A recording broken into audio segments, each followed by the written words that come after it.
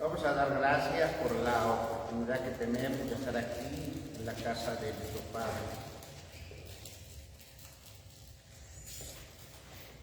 Señor, reconocemos que tú eres el creador de todas las cosas.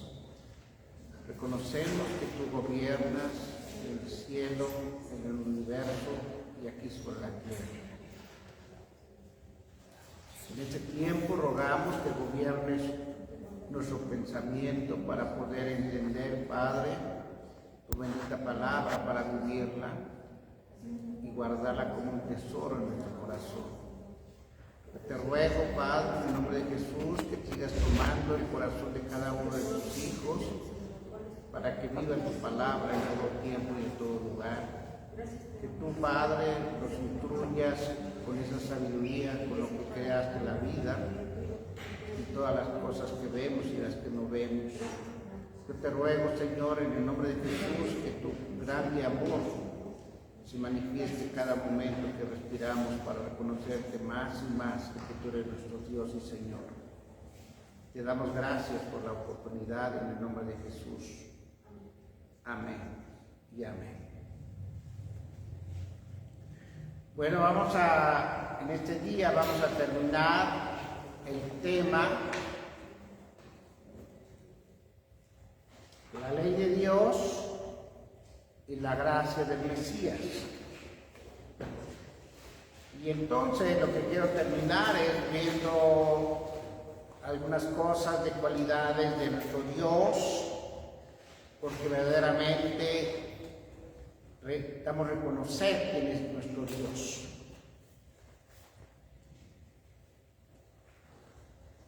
Y lo primero que vamos a ver es al profeta Jonás, que realmente tenemos ahí una gran enseñanza donde podemos ver cómo el hombre piensa y cómo el hombre reconoce quién es Dios. Porque sabemos que Jonás tenía un propósito que cumplir, pero en su pensamiento, igual que en el de nosotros, nos ponemos rebeldes y no hacemos la voluntad de Dios. Y entonces Jonás nos enseña cómo es el ser humano. Cuando nosotros reconocemos que todos tenemos un propósito en Dios, lo tenemos que cumplir. Pero si también nosotros nos ponemos a hacer nuestra voluntad, todo cambia. Pero necesitamos entender que el propósito de Dios es para su gloria, no es para nosotros, es para mostrarle a los que nos rodean quién es Dios. Y tenemos aquí una gran enseñanza, porque Dios es amor, es lleno su corazón para todos los creados. Y lo primero que nos muestra es la compasión que tiene por nosotros, que no nos destruye como mereciéramos ser destruidos, que no nos castiga como debíamos ser castigados, nos tiene compasión. Y también es grande en misericordia. Entonces, es algo que debemos entender, cómo la postura de Jonás hace esta situación de vivir de esa manera, como nosotros quizá nos hemos puesto igual que Jonás, que no obedecemos el propósito de Dios. Conociendo la palabra de Dios, tenemos que obedecer. Dios le habla directamente a Jonás. Dios nos habla directamente a nosotros, cuando abrimos nuestra Biblia y abrimos un verso, nos está hablando a cada uno. Y entonces tenemos que pensar cómo estoy haciendo su voluntad. Porque muchas veces pensamos que hacemos su voluntad, pero hacemos otra cosa. Muchas veces el creyente cuando está aquí dice: mejor me voy a otro lugar porque aquí no me gusta, y entonces va a otro lugar. Pero verdaderamente la palabra de Dios nos enseña que Él pone un lugar para cada uno.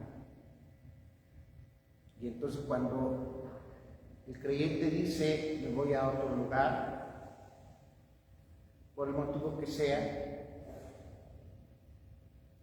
no sé si es voluntad de Dios o es voluntad de hombre. Eso es lo que nos enseña Jonás. Entonces hay que tener mucho cuidado en esa decisión. Ahora mucho más pensar que si alguno de nosotros le dice a un hermano, una hermana: puedes ir a otro lugar. Es como decirle, como Jonás: vete en un barco. Pero el propósito de Dios se va a cumplir siempre. Entonces tengo que tener mucho cuidado. Y entonces podemos ver en Jonás 4, verso 2. Ahí podemos ver cómo Jonás, al ver la obra de Dios sobre Nínive, porque Nínive en aquel entonces era una ciudad muy próspera, muy grande, muchos habitantes, y entonces aquí hay que aprender algo. Como era tan próspera, se olvidaron de Dios.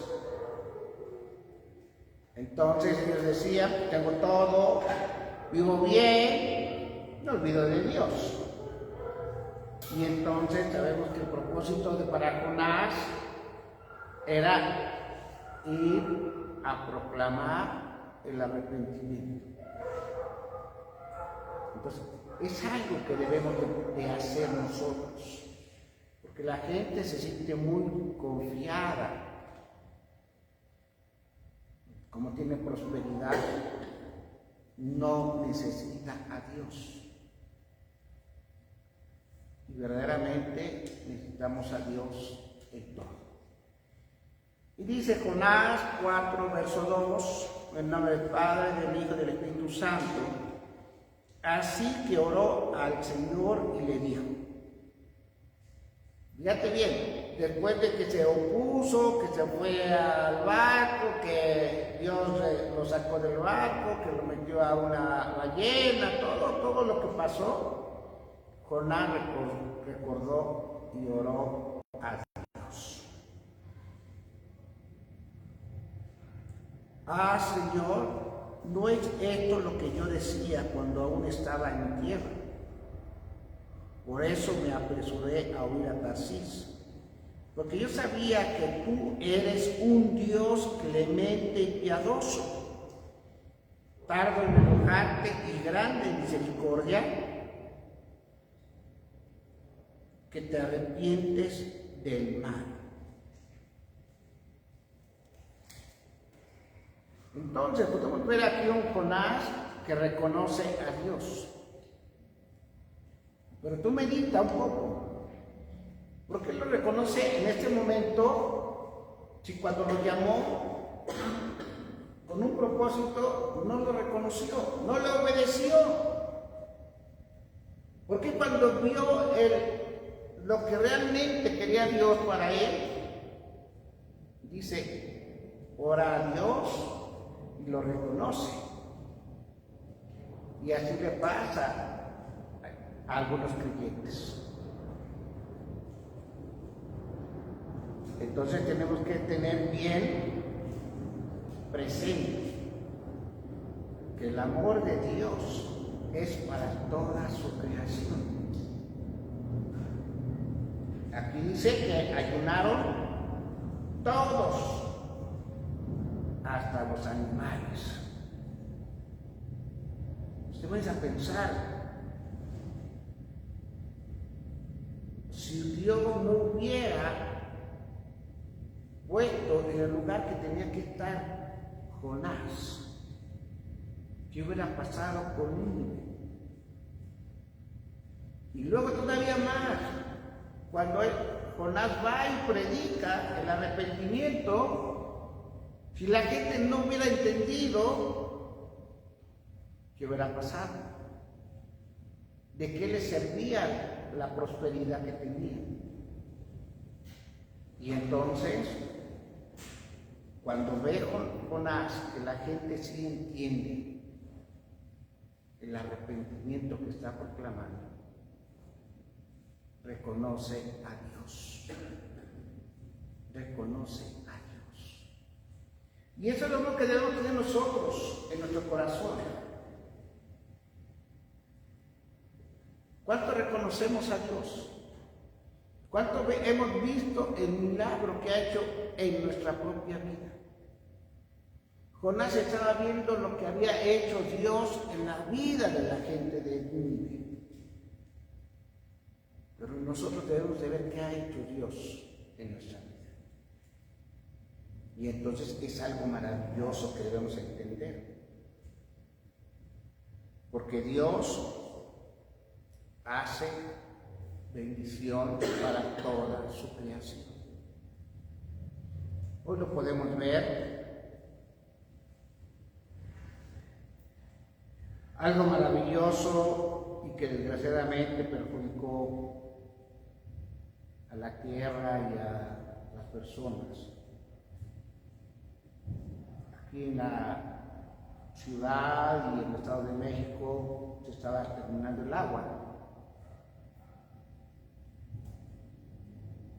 Y Dios mandó mucha agua. Y no solamente en México, en muchos lugares del mundo mandó mucha agua.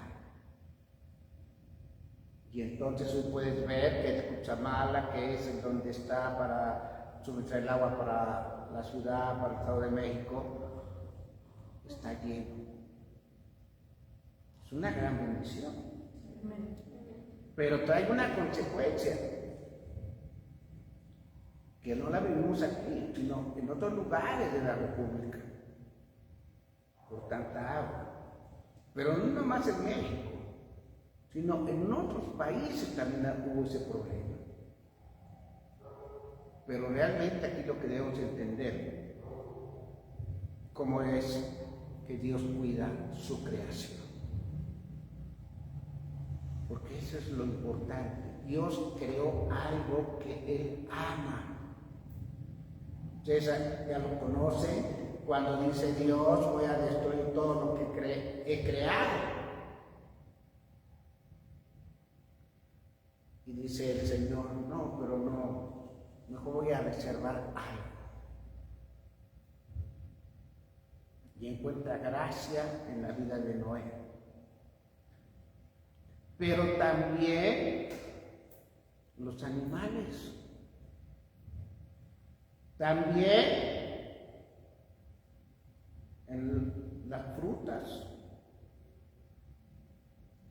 Porque dice que cuando Noé ya vio que estaba establecido, dice que se puso a sembrar, ¿verdad? Pues tenía semilla,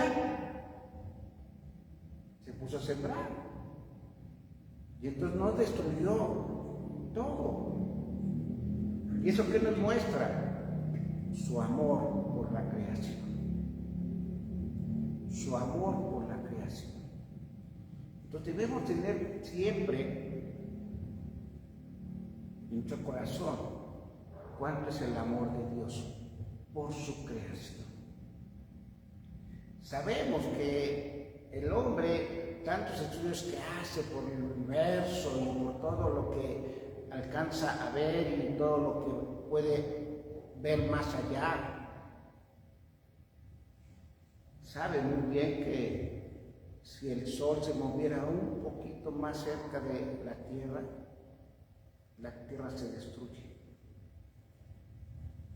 Te das cuenta que el sol no se mueve. Ay, entonces, ¿por qué no se mueve? Porque Dios lo puso con un propósito. Y fíjate, quiero que pienses más todavía. ¿A qué distancia? A una distancia que no destruye su creación. Esa es una gran sabiduría de Dios, que lo puso exactamente en ese lugar y a la tierra en ese lugar, y ese sol que da vida no lo destruye la vida, no se mueve. Y entonces es grande el amor de Dios por su creación. Mira, acompáñame a Éxodo 34, verso 6, por favor. Éxodo 34, verso 6.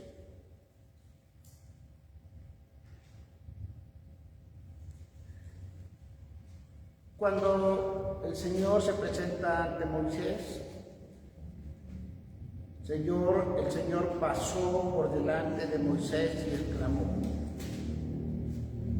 Señor, Señor, Dios fuerte, misericordioso, piadoso, tardo para la ira y grande en misericordia y verdad. Fíjate qué importante. Aquí agrega Moisés una palabra a lo que declaró Jonás: y verdad. Dios es verdad. Con los hechos que presentó Jonás, vemos que la palabra de Dios es verdad. Y te pones a pensar, ¿qué fue lo que predicó Jonás? Solamente el arrepentimiento. Y hizo esas palabras algo muy grande en el corazón de los hombres. ¿Y qué dice Jesús en sus primeras palabras para su ministerio? Arrepiéntete. Arrepiéntete.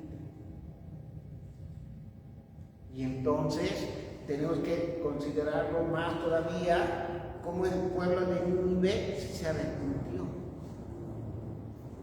Y podemos ver a hoy en día que muchos creados por Dios no se arrepienten. ¿Por qué será? Porque confían en su riqueza, confían en su juventud, confían en tantas cosas del mundo. No se arrepienten.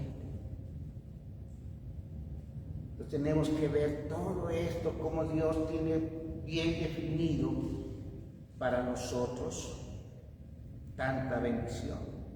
Mira, acompáñame a Jeremías 3, verso 12.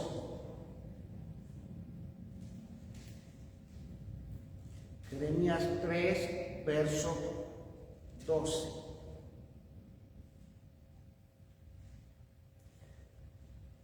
El Señor le dice al profeta: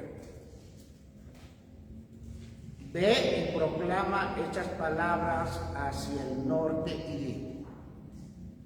¿Qué le dijo Dios a Jonás? Lo mismo, ve y proclama. Ve y proclama.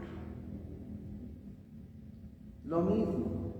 Y aquí el profeta dice: vuélvete rebelde Israel, dice el Señor. No haré caer mi ira sobre ti, porque misericordioso soy yo, dice el Señor.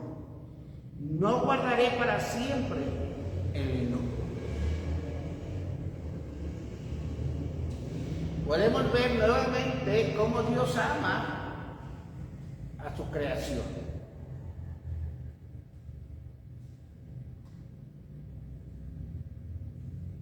Cuando va a destruir, manda a destruir a Sodoma y Gomorra, le pone a Abraham ciertas condiciones. Hoy, si encuentras tanta cantidad de justos, no lo destruyas. Y le va dando cantidad, y ninguna de esas cantidades las encuentra Dios. Pero encuentra Dios a Lot. Otra vez vemos Lot con su familia, Noé con su familia. Algo maravilloso. ¿Qué nos muestra esto? Dios ama a la familia. Salvó una familia de Sodoma, salvó una familia en el diluvio, con Abraham y Sara creó una nación. A Dios le gusta la familia, ama la familia. ¿Y qué vemos hoy sobre la tierra? El mundo no ama a la familia, al contrario, la destruye. Ya no hay familias. Hablas con jóvenes, ya no me caso, ya no tengo hijos, ya no quiero tener hijos. Pues ya dentro de X años ya no va a haber familias. Pero Dios ama a las familias. Algo maravilloso. Pero entremos al Nuevo Testamento, hablando de la gracia. Está plenamente identificado en el Señor Jesús. ¿Me acompañas a Juan 1? En su verso 14 al 17.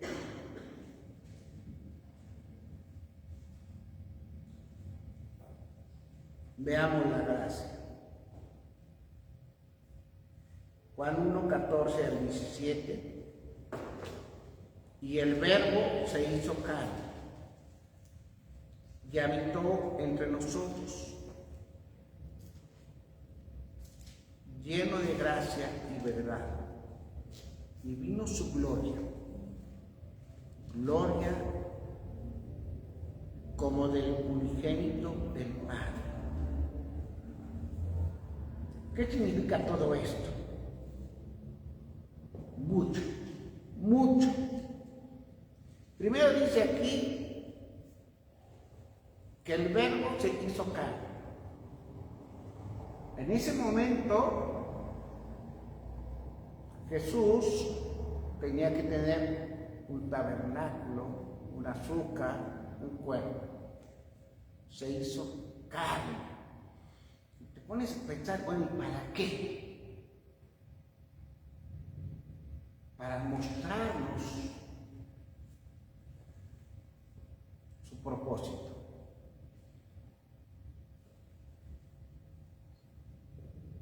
Jesús, igual que nosotros,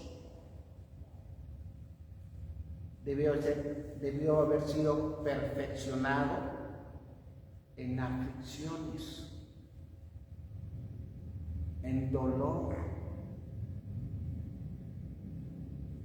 Y entonces, eso es lo mismo que nosotros padecemos cuando estamos sobre la tierra. Aún teniendo a Jesús, tenemos aflicciones, tenemos problemas, tenemos enfermedades, tenemos necesidades. Y entonces, por eso se hizo carne, para mostrarnos que el hombre va a tener esa situación en su vida mientras que esté en la tierra. Y entonces también nos enseña que se hizo carne por voluntad de Dios. Nosotros tenemos vida no por un padre o una madre, tenemos vida por la voluntad de Dios. Y entonces somos sus hijos. Pero sabemos muy bien que así la carne habrá hijos que no reconocen al Padre. Habrá hijos, como el hijo pródigo, que no reconoció a su padre, tuvo la aflicción, tuvo el sufrimiento, tuvo el hambre, ¿y qué hizo? Reconocer a su padre. Regresar a su padre. Y entonces, por lo tanto, ¿qué hace Jesús? Mostrar la gloria de Dios. ¿Qué hizo el padre para el hijo pródigo? No lo regañó, no lo castigó. ¿Qué hizo? Lo vistió con vestiduras blancas, nuevas, le puso la autoridad sobre él, hizo una fiesta. Esa es la gloria de Dios. Nosotros, cuando habíamos rechazado al Padre o no lo conocíamos, cuando venimos a Él, vemos su gloria. Porque comenzamos a ver cosas diferentes, a conocer cosas diferentes, a vivir diferente, a recibir bendiciones que nunca habíamos pensado. Esto es la gloria de Dios. Pero hay que reconocerla cada día. La gloria de Dios que se manifiesta a nuestra vida. Veamos cómo dice el apóstol Pablo, Filipenses 2, versos 9 al 11.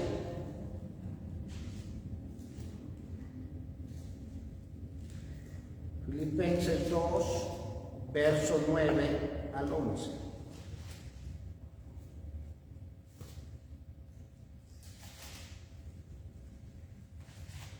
Está hablando de Jesús que se hizo carne, ¿verdad? Por eso Dios también lo exaltó sobre todas las cosas y le dio un nombre que es sobre todo nombre. Ya se ha profetizado, ¿verdad? Que todo ser humano se iba a arrodillar en el nombre de Jesús. Verso 10. Para que en el nombre de Jesús se doble toda rodilla de los que están en los cielos, en la tierra y debajo de la tierra. Entonces, todo esto que me lleva a dar a entender la gloria de Dios manifestada en su Hijo, pero ahora con autoridad. ¿Y por qué con la autoridad? Verso 11. Y toda lengua confiese que Jesucristo es el Señor, para gloria de Dios Padre. Entonces ahí tenemos una gran manifestación de la gloria de Dios. ¿Por qué? Porque Jesús, cuando sea el día final, va a venir y va a juzgar. Pero va a juzgar con qué autoridad, con la que Dios le ha otorgado, con esa autoridad. Y entonces en la decisión de Jesús, de acuerdo a cómo hayamos vivido, a cómo hemos estado haciendo las cosas, Él, con la autoridad que tiene de parte de Dios, Él nos va a dar vida eterna u otro lugar. El libro de Hebreos dice muy claro: todo fue creado en Él y para Él. Entonces todos nosotros fuimos creados por Dios. ¿Para quién? Para Jesucristo. Por eso dice aquí: y toda lengua confiese que Jesucristo es el Señor. Entonces, cuando leemos la palabra Señor, es como nuestro amo. Es como nuestro amo. Y entonces, como nuestro amo, ¿qué debemos hacer nosotros? Obedecer. ¿Qué debemos obedecer? Todo. Todo debemos obedecer. ¿Amén? Amén. Y entonces, ¿por qué tuvo que hacerse carne para usar un tabernáculo? Pero veamos cómo también Dios usó un tabernáculo. Acompáñame a Éxodo 40, en su verso 34.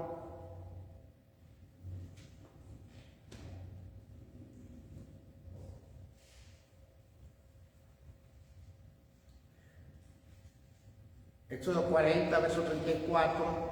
Entonces una nube cubrió el tabernáculo de reunión, y la gloria del Señor llenó el tabernáculo. Entonces, ¿qué es lo que estamos viendo aquí? La presencia de Dios en ese tabernáculo que construyó Moisés. Entonces Dios también utilizó un tabernáculo para mostrarse en su gloria. Y vamos a decirlo, nosotros no estuvimos en el Éxodo, pero vamos a estar cuando Él venga en Apocalipsis 21. Acompáñame, por favor.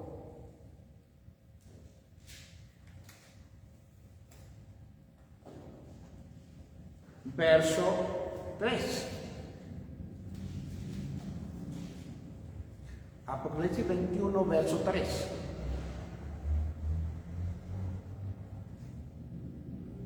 Y oí una gran voz del cielo que decía: el tabernáculo de Dios está ahora con los hombres. Él morará con ellos. Ellos serán su pueblo, y Dios mismo estará con ellos como su Dios. Amén. ¿Se dan cuenta?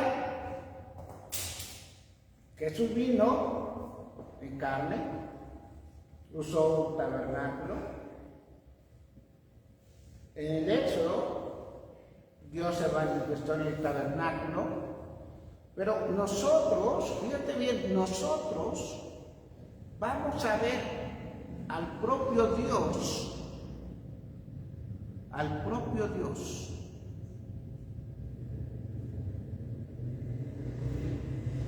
tal cual es. Dice el apóstol Pablo: cuando miremos a Jesucristo cara a cara, seremos igual que Él. Entonces, dice aquí que el tabernáculo va a estar con nosotros y Él será nuestro Dios. Y entonces aquí es cuando tú y yo debemos de pensar: cuánto reconozco que eso se va a cumplir un día y estoy viviendo conforme la palabra de Dios para que ese día yo esté ahí. En ese lugar. porque se va a cumplir. El tabernáculo de Dios está ahora con los hombres. Jesús estuvo con los hombres, ¿verdad? Habitó entre nosotros, dice aquí. Ahora también el Señor Dios va a estar con nosotros. Pero necesitamos hacer su voluntad para alcanzar a estar en ese lugar. Porque dice, habitó entre nosotros. Y entonces, ¿qué es lo que enseñó Jesús a hacer como nosotros? Nos mostró su obediencia. Porque dice el apóstol Pablo que fue obediente hasta la muerte. Y aprendió la obediencia. Nosotros, antes de conocer a Jesús, no éramos obedientes a Él. Pero ahora que lo conocemos, debemos ser obedientes a Él. ¿Para qué? Para ser igual que Jesús. Porque dice que habitó entre nosotros. Entonces quiere decir que sí podemos, como seres humanos, vivir como Jesús. Si Él lo hizo, también nosotros podemos. Pero la gran diferencia, Jesús fue obediente hasta la muerte. Nosotros debemos aprender a ser obedientes para llegar a ser igual. Amén. Amén. Y también dice aquí, vimos su gloria. Lo que estamos leyendo en Juan 1, verso 14, dice, vimos su gloria. Y en ese momento,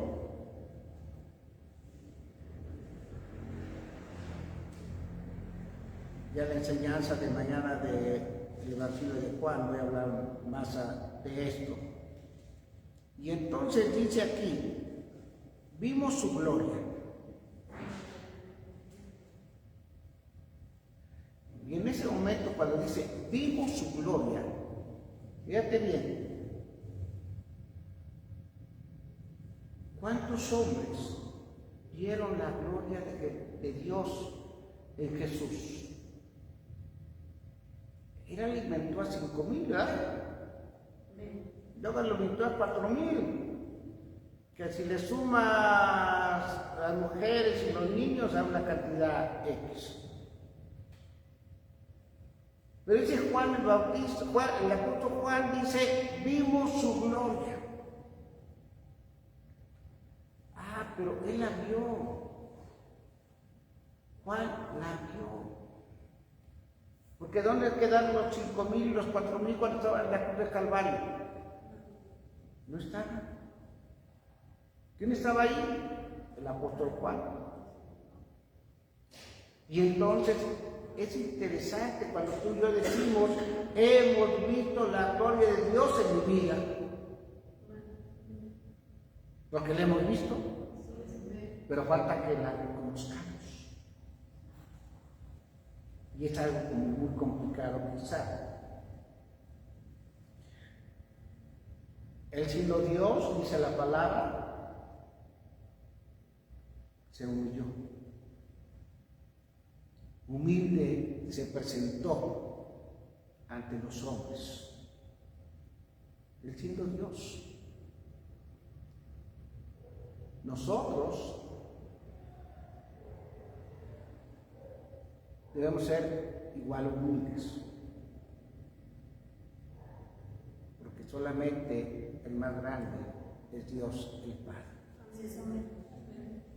Debemos ser los menos, porque Dios es todo. Amén. Y entonces, cuando habla que vimos su gloria, solamente cuando lo vemos con ojos espirituales.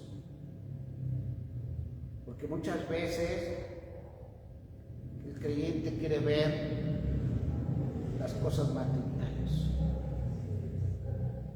Y es algo verdaderamente que en Jesús no estaba.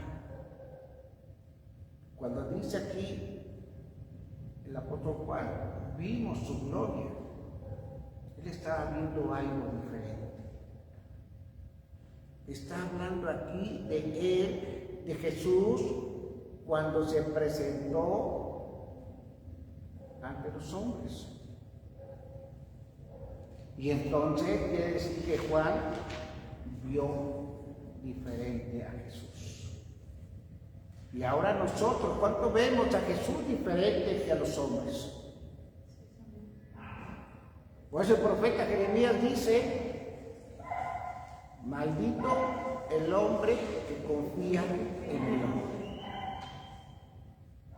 ¿En quién debemos confiar? En Dios. En Jesús. En Jesús. ¿Por qué? Porque vemos su gloria. Vemos su gloria. Mira, acompáñame aquí a Juan 2, verso 11.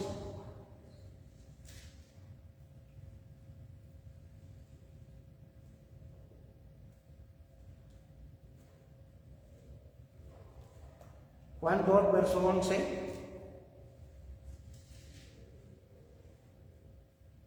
Este principio de señales hizo Jesús en Cana de Galilea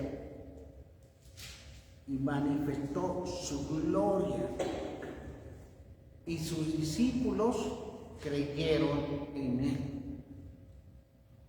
Fíjate qué interesante como lo dice Juan el Bautista. Sus discípulos creyeron en él porque vieron lo que Jesús hizo. Convirtió el agua en vino.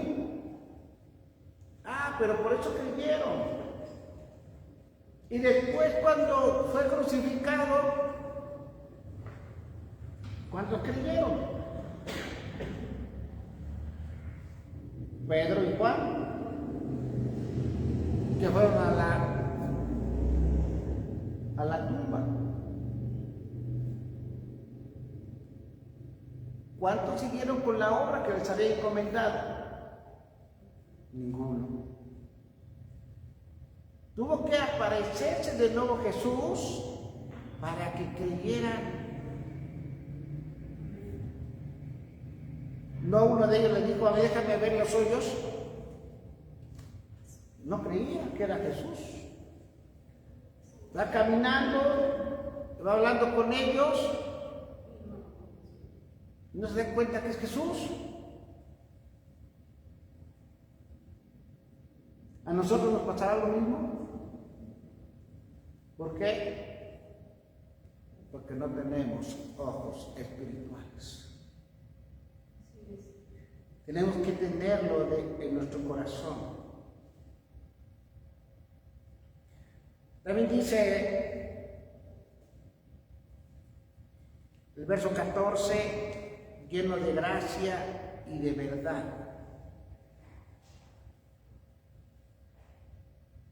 De poder. ¿Y sabes qué más tenía ahí?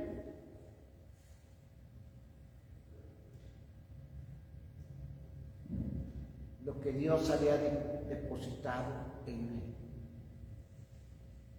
Ese poder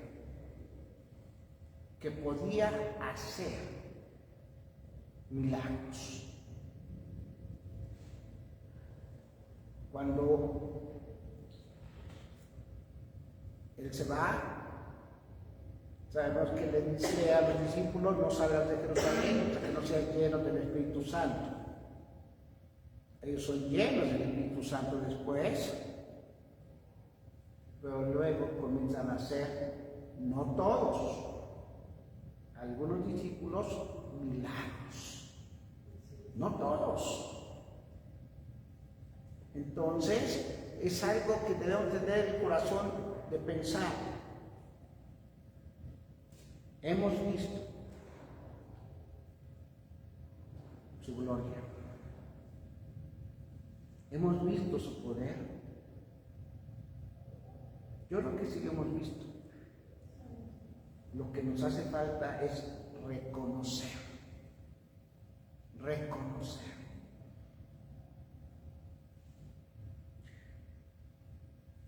Luego sigue diciendo, verso 15, Juan testificó de él diciendo, este es de quien yo decía, el que viene después de mí es antes de mí, porque era primero que yo. Fíjate bien lo que está diciendo Juan el Bautista. Está diciendo que él era primero que Juan, porque Juan reconocía que Jesús era desde la eternidad hasta la eternidad. ¿Y eso cómo se reconoce? Solamente de una manera espiritual, no carnal, espiritual. Por eso dice Juan, él es primero que yo. Y entonces, ¿quién debe ser primero para nosotros? Jesús y el Padre. Y luego todos los demás. Pero ellos deben ser primero que nosotros. Amén. Amén. Verso 16. De su plenitud recibimos todos y gracia sobre gracia. Entonces, ¿qué significa eso? Gracia sobre gracia. ¿Sabe lo que significa? Bendición tras bendición. ¿Sí lo hemos recibido? Bendición tras bendición. Realmente sí. Pero vuelvo a decir, ¿qué nos falta? Reconocer. Tantas bendiciones que recibimos en un solo día. En un solo día.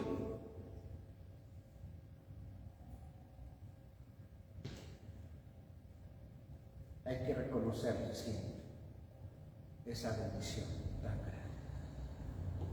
Amén.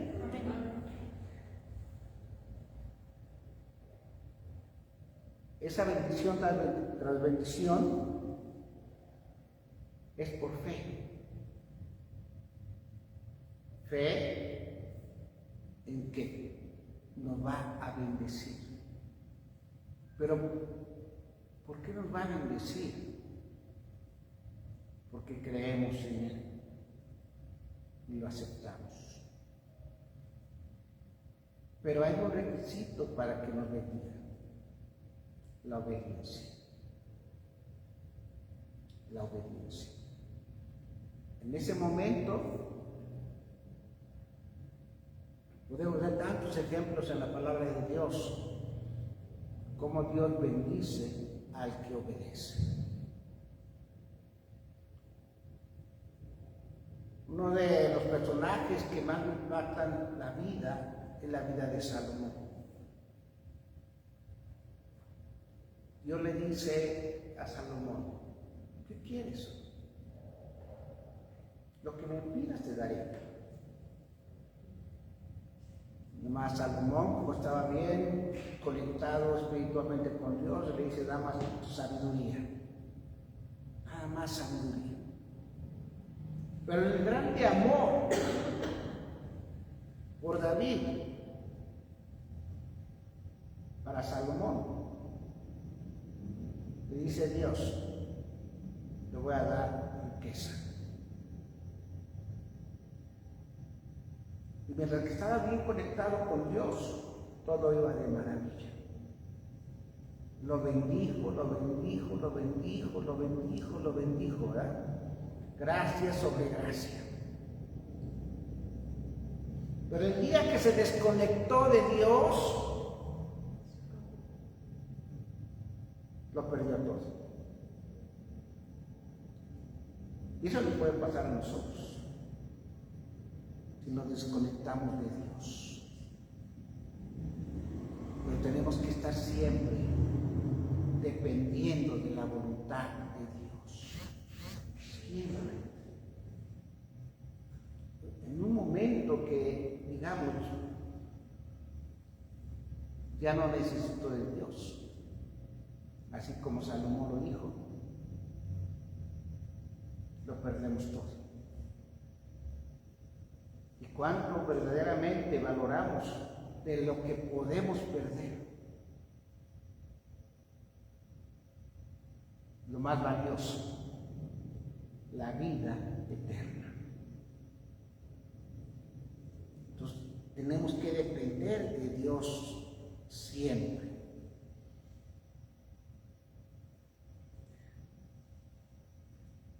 La gracia de Dios es una acción de su voluntad. Porque si Él no quiere darnos, no nos da. Pero si Él quiere darnos esa bendición, Él nos va a dar. Pero es por su grande amor. ¿Y cuánto merecemos recibir bendición? No merecemos nada. Pero su grande amor nos da más y más. Mira, acompáñame a Romanos 3, por favor, en su verso 27.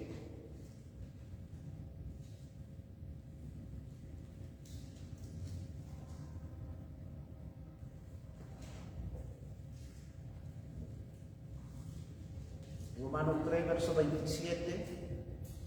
¿Dónde pues está la jactancia? ¿Queda excluida? ¿Por cuál ley?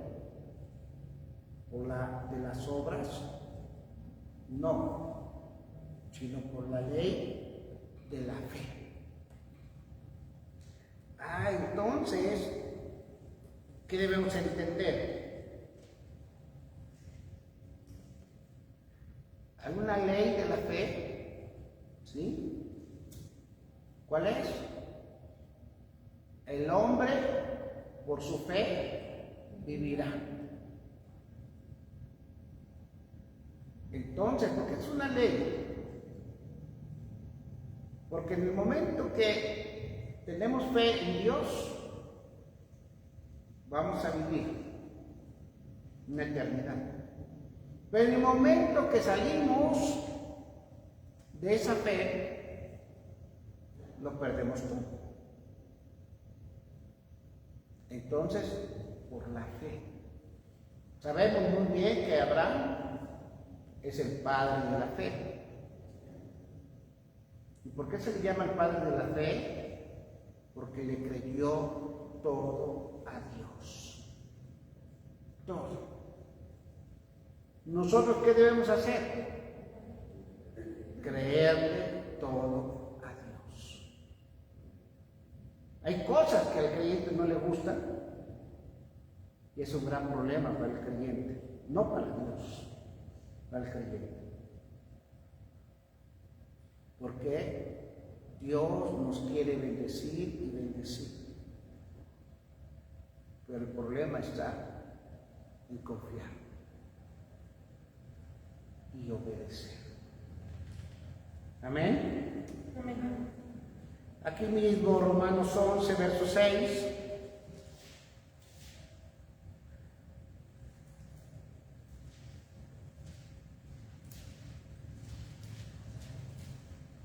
Romanos 11, verso 6. Y si es por gracia, ya no es por obras. De otra manera la gracia ya no sería gracia. Y si es por obras, ya no es gracia.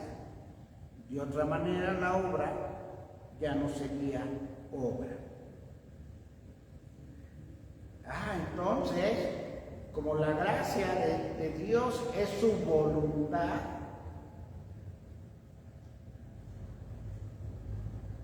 la obra, debemos pensar muy bien, la obra que hacemos es la que demostramos por la fe que tenemos. Pero la gracia de Dios es su voluntad.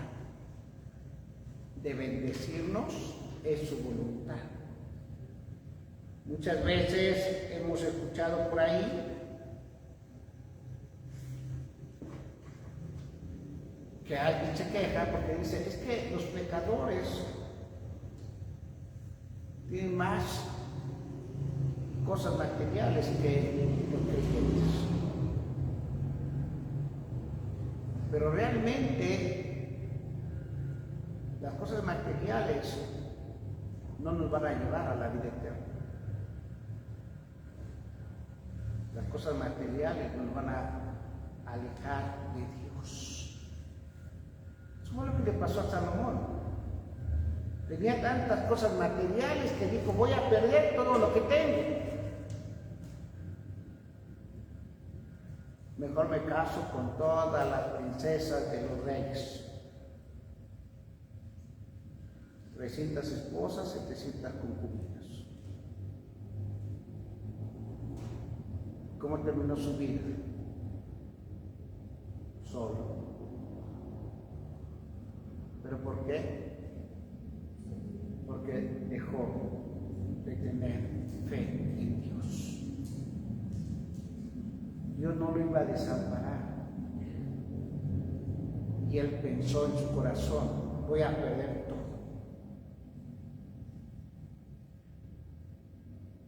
Y así sucede con nosotros los creyentes. Perdemos la fe. Cuando Dios nunca nos va a desamparar. Él nos quiere bendecir. Y no nos quiere bendecir de una manera pequeña. Nos quiere bendecir de una manera grande. ¿Qué tan grande es la bendición de Jesús que nos ofrece? ¿Sabes cuál es? Un lugar en la casa de su Padre. Juan 14, verso 6, ¿qué dice? En la casa de mi Padre muchas moradas hay. Voy pues a prepararte una para ti.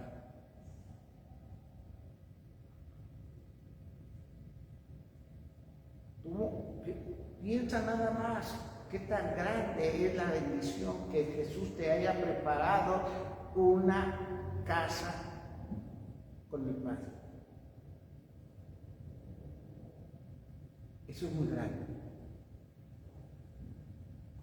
Y entonces, ¿cómo la vamos a ganar? Ese es el asunto. Teniendo fe que la vamos a alcanzar, que vamos a llegar a la casa del Padre. Tú te das cuenta, Juan 14, verso 2, te dice que hay muchas moradas. Pero el verso 6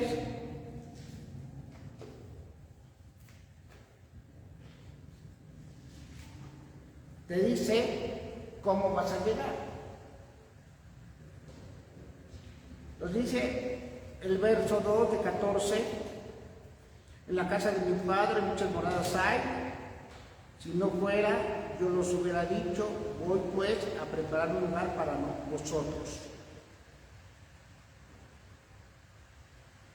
Y el verso 6 que dice, Jesús le dijo, yo soy el camino, la verdad y la vida, nadie viene al Padre sino por mí. Entonces está dando el secreto. Te quiere bendecir con una casa en la casa de su Padre. Y te está dando, como dicen por ahí, la receta, la fórmula.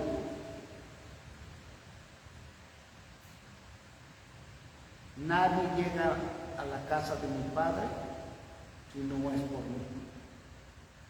Es algo maravilloso que si lo ponemos por práctica, Dios nos va a bendecir. Amén.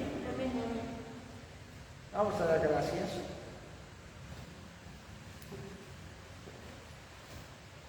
Te agradecemos, Padre, nuevamente la bendición que pones a nuestra vida, por medio de tu palabra.